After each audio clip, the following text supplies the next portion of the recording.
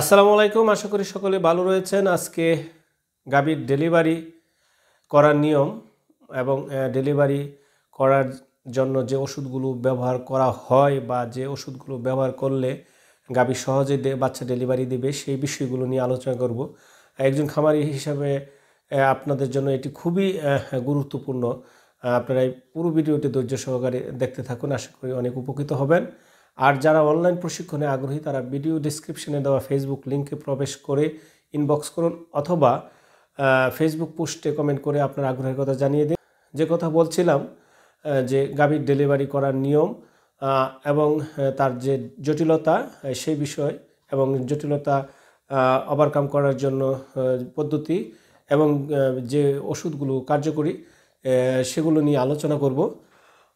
Delivery সাধারণত গাভী delivery দেয় 280 দিন প্লাস মাইনাস 10 দিন, 270 থেকে 290 দিনের মধ্যে যে কোনো দিন দিতে পারে গাভী বাচ্চা দিতে পারে।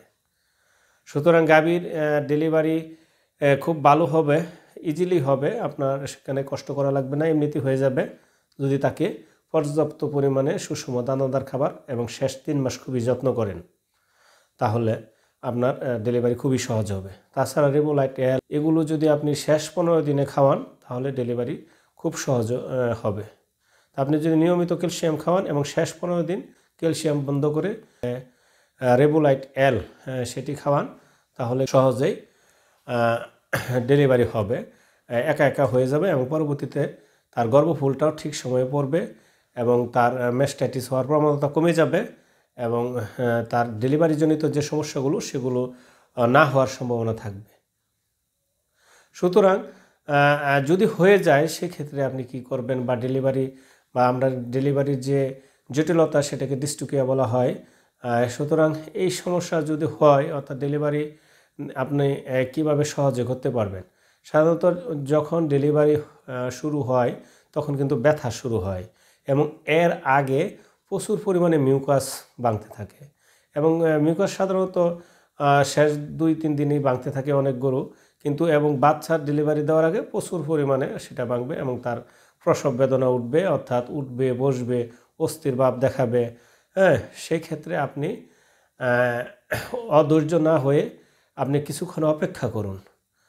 সাধারণত 3-4 ঘন্টা অপেক্ষা করাই যায়, এর মধ্যে স্বাভাবিকভাবে সেটি ডেলিভারি হতে পারে 3-4 ঘন্টার মধ্যে। তা আপনার ভয়ের কিছু নাই, আপনি সেটা 3-4 ঘন্টা অবজারভেশন করতে পারেন। সেজন্য তাকে যেখানে কমফোর্ট, নরম জায়গা, শুকনো জায়গা, শুষ্ক জায়গায় এবং সমান জায়গায় রাখতে হবে, সমান জায়গায় রাখতে হবে যাতে তাকে ইজিলি ডেলিভারি করতে পারে এবং ইজিলি ডেলিভারি করা যায়। এজন্য রাতের বেলা যদি এরকম হয়, রাতের বেলাও আপনাকে তাকে খুব কমফোর্টেবল সিস্টেমে রাখতে হবে। অনেক সময় এরকমই দেখা যায় যে অনেকে এমন স্যাঁতস্যাঁতে জায়গায় রেখেছে, বাচ্চা সকালবেলা ঘুম থেকে উঠে দেখে যে বাচ্চা ডেলিভারি হয়েছে, বাচ্চা মরে আছে, কারণ তার যে শ্বাসকষ্টের প্রবলেম, এই ঠান্ডার প্রবলেম বা বিভিন্ন কারণে টের পায় নাই, সেটা মারা গেছে। এরকম কিন্তু আমরা বিভিন্ন খামারির এর কাছে আমরা শুনতে পেয়েছি। তাছাড়া বৃষ্টিপাতের সময় দেখা যায় যে সারা রাত বৃষ্টির কারণে সেটি টের পায় নাই, গাভীর বাচ্চা ডেলিভারি হয়ে তার ঠান্ডা লেগে এবং সেটি কিন্তু মারা গেছে। অথবা মারা না গেলেও দেখা যায় যে তার ঠান্ডা লাগার পরে আপনি টের পান নাই, পরবর্তীতে দেখা যায় যে তার শ্বাসকষ্ট, এই জটিলতা, নিউমোনিয়া এগুলো হয়ে যায়। তা সুতরাং আমরা কিন্তু এই খেয়াল রাখবো, বিশেষ করে তার যখন তার ডেলিভারি বা মিউকাস বা বাচ্চা দিবে, তার উলান পুরোপুরি নেমে আসবে, তার যোনিগুলো ফুলে থাকবে এবং বিশেষ করে তার যে পেলভিক রিজিয়ন সেখানে গর্তের সৃষ্টি হবে। সুতরাং এবং প্রচুর মিউকাস বাংতে থাকবে, এগুলো হলো পূর্ব লক্ষণ। ডেলিভারি খুবই সহজ যদি সেটি আপনি বুঝেন। সাধারণত আপনার 2 পা আসলে তার মাথাটা আপনি সুন্দরভাবে যদি সেটি নিয়ে আসতে পারেন, তারপর মাথা এবং পা একসাথে টান দিলে এবং মাথা যদি সার্ভিস থেকে বের হয়ে যায় তখন আপনি পা ধরে জোরে টান দিলে মাথা পা একসাথে চলে আসবে। কিন্তু মাথাকে সার্ভিক্সের ভিতরে রেখে আপনি পা যদি টান দেন তাহলে মাথার ভিতরে থেকে গাড় বেঁকে যাবে আর আসবে না। তাছাড়া পা টান দেওয়ার সময় আপনি কোন পা ধরে টান দিচ্ছেন সেটাও আপনাকে খেয়াল রাখতে হবে। যদি সেটি সামনের পা হয় তাহলে আপনি সেটা টান দেবেন এবং মাথাটা আপনি আরেক হাতে ধরে সেটাকে আপনি সার্ভিক্স থেকে বের করে নিয়ে আসবেন। এখন মাথা এবং পা যদি অনেক সময় দেখা যায় যে একসাথে বের হয় না, সেই ক্ষেত্রে বা একটু জটিলতা দেখা দেয়, সেক্ষেত্রে আপনি যদি জটিলতা এরকম দেখাই দেয় অথবা একটা পা ভিতরে থাকে একটা পা বাইরে চলে আসে, সেক্ষেত্রে দুইটা পা আপনি আগে প্রথমে নিয়ে আসবেন, তারপর সেটা আপনি রশি দিয়ে বাঁধবেন, বাঁধার পর আবার সেটি ভিতরে প্রবেশ করিয়ে দিবেন।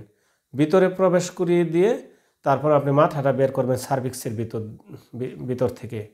অর্থাৎ সার্ভিক্স মানে যারা ওইখানে একটা রিং থাকবে, দেখবেন রিং আছে যার ভিতর দিয়ে বাচ্চা বের হবে। সুতরাং সেইখান থেকে আপনাকে মাথাটা বের করে ফেলতে হবে। বের করার পরে তারপর আপনি রশি দিয়ে টান দিয়ে আবার পা দিয়ে আবার নিয়ে আসতে হবে। তারপর একসাথে টান দিলে দেখবেন বাচ্চা ইজিলি চলে আসবে। কিন্তু আপনারা অনেকেই যে ভুলটি করেন যে এক পা আসলে এক পা দিয়ে টানতে থাকেন অথবা আরেক পা আটকে যায়, এরকমও বিভিন্ন খামারে দেখা গেছে। তারপর অনেকেই যে ভুল করেন দুই পা ধরে সমানে টানতে থাকেন, মাথা ভিতরে থাকে এবং গার বেঁকে থাকে, আর বের হয় না, একসময় বাচ্চা মারা যায়। তো সুতরাং মাথা আপনাকে সার্ভিক্সের ভিতর থেকে বার করতে হবে, এটা হচ্ছে মূলনীতি। তারপর আপনি পা এবং মাথা ধরে টান দিবেন, বের হয়ে যাবে। এই যে একটা কমন মূলনীতি, এইটুকু জানলে আপনি 89% ডেলিভারি আপনি করতে পারবেন।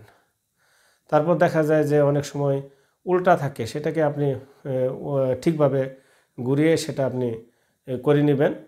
সামনের পা নিয়ে আসবেন আগে, তারপর পেছনের পা। আর যদি মনে হয় আপনার যে পিছনে পা টান দিলে বা আসবে, তাহলে সেক্ষেত্রেও আপনি চেষ্টা করতে পারেন, সেক্ষেত্রে আসবে, সমস্যা নাই। আর সার্ভিক্স যদি সেটি পর্যাপ্ত পরিমাণে না খুলে থাকে, শুধু টানাটানি করবেন না, কারণ সার্ভিক্স পর্যাপ্ত পরিমাণে খুললেই তারপরেই আপনার টানাটানি করা শ্রেয়। তা না হলে সার্ভিক্স ফেটে গেলে গরুটি রক্তক্ষরণে মারা যেতে পারে।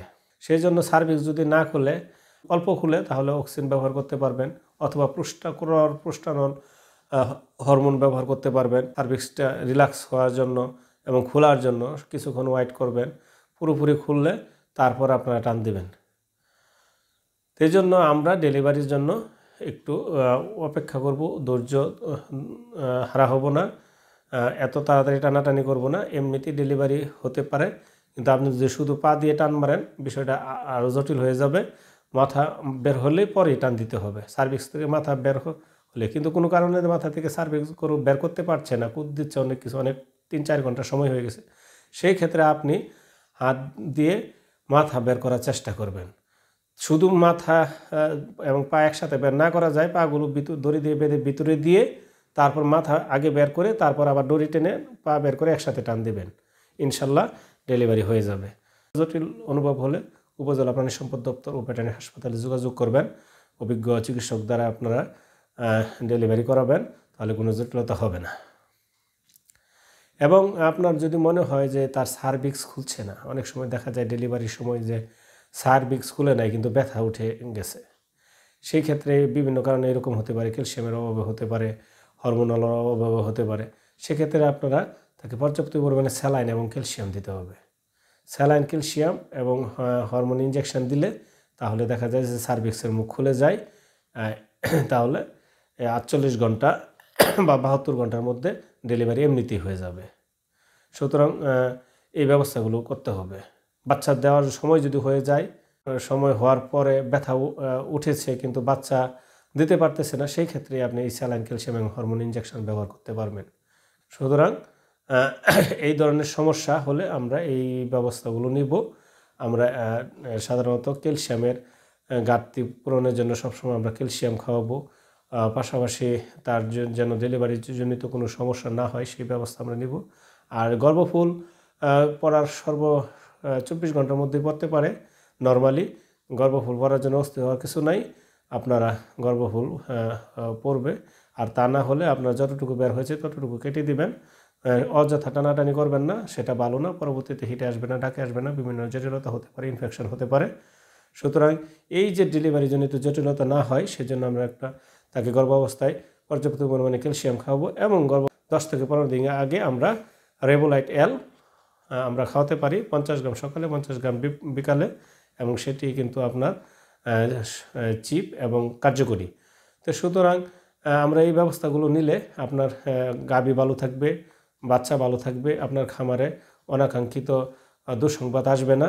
সুতরাং আপনারা একটু সতর্ক থাকবেন। আমি যে বিষয়গুলো বললাম সেগুলো মেনে চলবেন, আশা করি আপনারা ব্যর্থ হবেন না। তো যারা অনলাইন প্রশিক্ষণে আগ্রহী তারা ভিডিও ডেসক্রিপশনে দেওয়া ফেসবুক লিঙ্কে প্রবেশ করে ইনবক্স করুন অথবা ফেসবুক পোস্টে কমেন্টে জানিয়ে দিন। আজ এ পর্যন্তই। সকলে ভালো থাকুন, সুস্থ থাকুন। আসসালামু আলাইকুম ওয়া রাহমাতুল্লাহি ওয়া বারাকাতুহু।